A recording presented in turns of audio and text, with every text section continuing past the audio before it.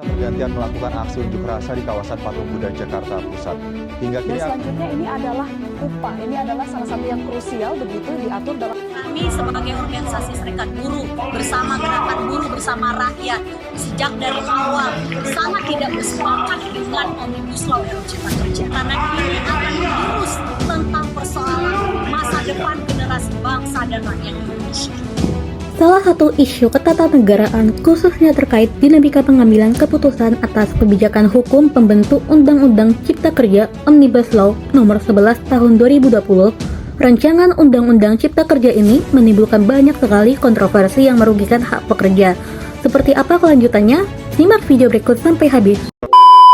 Halo semuanya, perkenalkan namaku Grasi Octavianti Tampu Bolon dengan MPM 245 1125. Jadi di sini saya akan membahas materi mengenai isu kebijakan publik terkait RUU Cipta Kerja, yang dimana pembentukan Undang-Undang Nomor 11 Tahun 2020 tentang Ciptaker menimbulkan berbagai perdebatan publik yang sangat signifikan, terutama menyangkut transparansi, partisipasi, dan prosedur hukum dalam proses legislasi, yang dimana salah satu isu utama dalam kasus ini digunakannya metode Omnibus Law, yang dimana Omnibus Law ini yang secara resmi belum resmi yang diatur dalam sistem hukum Indonesia pada saat pembentukannya.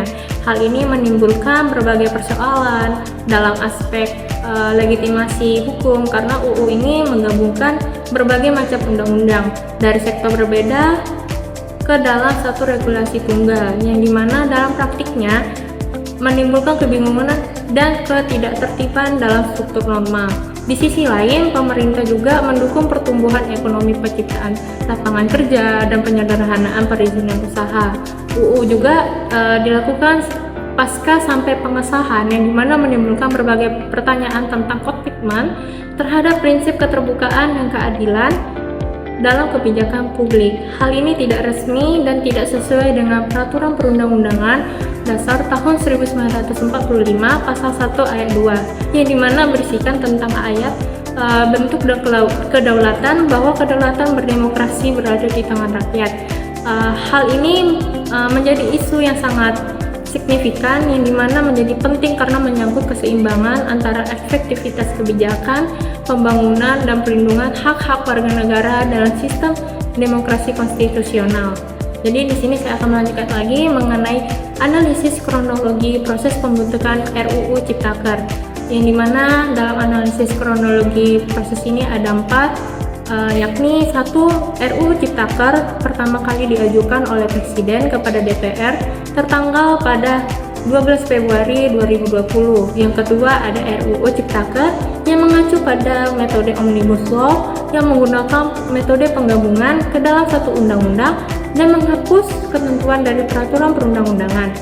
Yang ketiga adanya proses pembahasan RUU Ciptaker yang dimana dilaksanakan pada saat era pandemi COVID-19, yang dimana pada saat itu banyak berbagai persoalan, banyak berbagai isu dan permasalahan.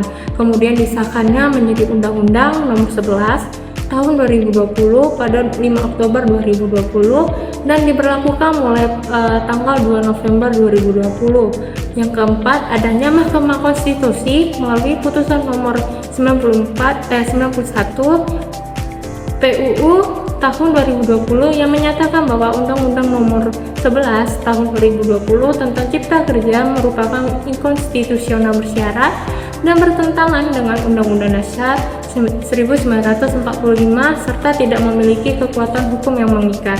Semuanya, perkenalkan saya Adila Fadil dengan IPM 2451083. Melalui video ini saya akan menjelaskan tentang materi yang ketiga, yaitu analisa pelanggaran rancangan Undang-Undang Cipta Kerja Nomor 11 Tahun 2020, yang dimana salah satunya yang pertama, proses pembentukannya yang bermasalah, yang dinilai cacat secara formil. Hasil pengujian formil rancangan Undang-Undang tentang Cipta Kerja yang disahkan melalui Dewan Perwakilan Rakyat oleh Mahkamah Konstitusi menyatakan bahwa proses pembentukan Undang-Undang Nomor 11 Tahun 2020 tentang Cipta Kerja tidak berdasarkan ketentuan perundang-undangan Dasar tahun 1945 Pasal 1 Ayat 2 tentang bentuk dan kedaulatan, yaitu bahwa selama proses perancangan Undang-Undang Cipta Kerja dilaksanakan secara tertutup dan bersifat memaksa tanpa keterlibatan persetujuan dari masyarakat. Nah, tindakan ini telah melanggar ketentuan dari melanggar peraturan dari Perundang-undangan Pasal 89 Jo 96 Undang-Undang Nomor 12 Tahun 2011 tentang pembentukan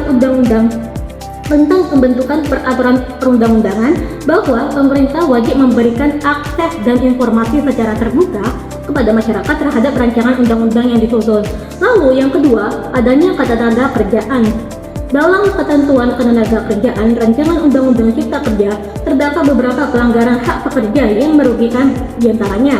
Yang pertama, aturan mengenai batas waktu maksimal kontrak kerja tertentu atau PKWT berdasarkan pasal 59 Undang-Undang Nomor 13 Tahun 2003 tentang ketenaga kerjaan dihapus dan gantinya menjadi perjanjian kontrak kerja tidak tetap atau PKWT, sehingga tidak ada lagi kepastian jangka waktu kerja.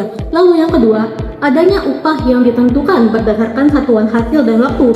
Kebijakan ini tidak sesuai dengan pasal 88 ayat 1 Undang-Undang Nomor 13 Tahun 2003 tentang pengupahan untuk memberikan penghasilan bagi penghidupannya layak terhadap buruh dan pekerja. Karena tindakan tersebut memberikan kebebasan bagi investor untuk memberikan upah tanpa adanya jaminan bahwa upah tersebut bakal memenuhi upah minimum UMR. Kemudian, adanya penghapusan pada pasal 90 Undang-Undang Nomor 13 Tahun 2003 tentang pengupahan yang mengatur pengupahan yang ditetapkan atas kesepakatan antara investor dan pekerja atau buruh, sehingga pekerja dan buruh tidak lagi memiliki perlindungan hukum yang melindungi hak pekerja. Lalu yang ketiga, rancangan Undang-Undang Nomor 11 Tahun 2020 tentang Cipta Kerja dianggap tidak berpihak pada penyandang disabilitas yang bekerja.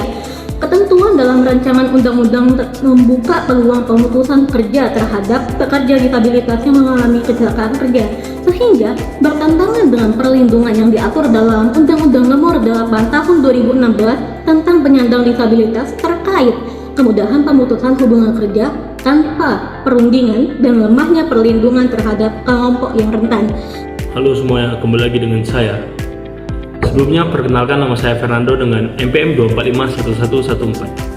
Di poin keempat ini, kita akan membahas tentang analisa hasil revisi oleh pengadilan.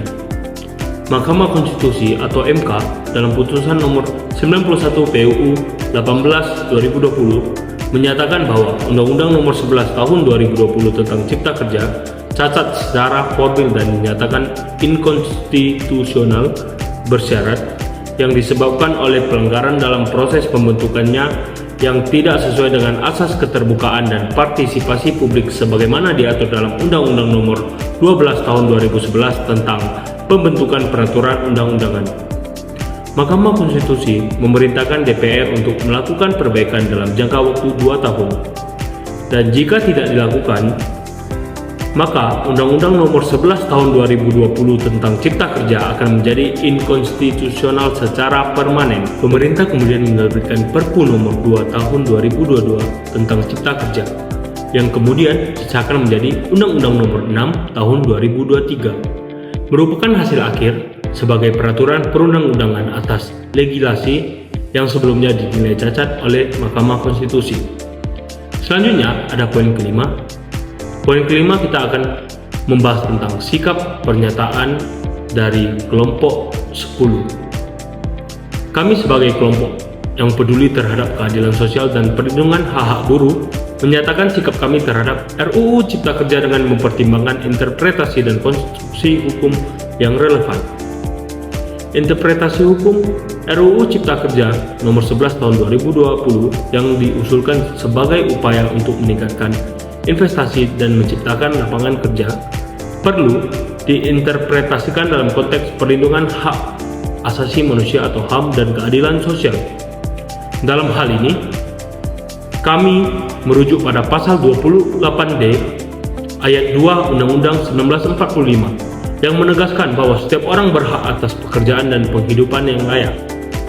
Oleh karena itu, setiap kebijakan yang diambil harus memastikan bahwa hak-hak pekerja tidak terabaikan demi kepentingan investasi. Konstruksi hukum RUU nomor 11 tahun 2020 harus mempertimbangkan prinsip-prinsip hukum yang lebih tinggi, termasuk konvensional internasional yang telah diratifikasi oleh Indonesia seperti Konvensi ILO tentang hak untuk berorganisasi dan berunding secara kolektif. Konstruksi ini menuntut agar setiap perubahan regulasi tidak hanya berfokus pada kemudahan berusaha, tetapi juga pada perlindungan hak-hak buruh dalam lingkungan hidup.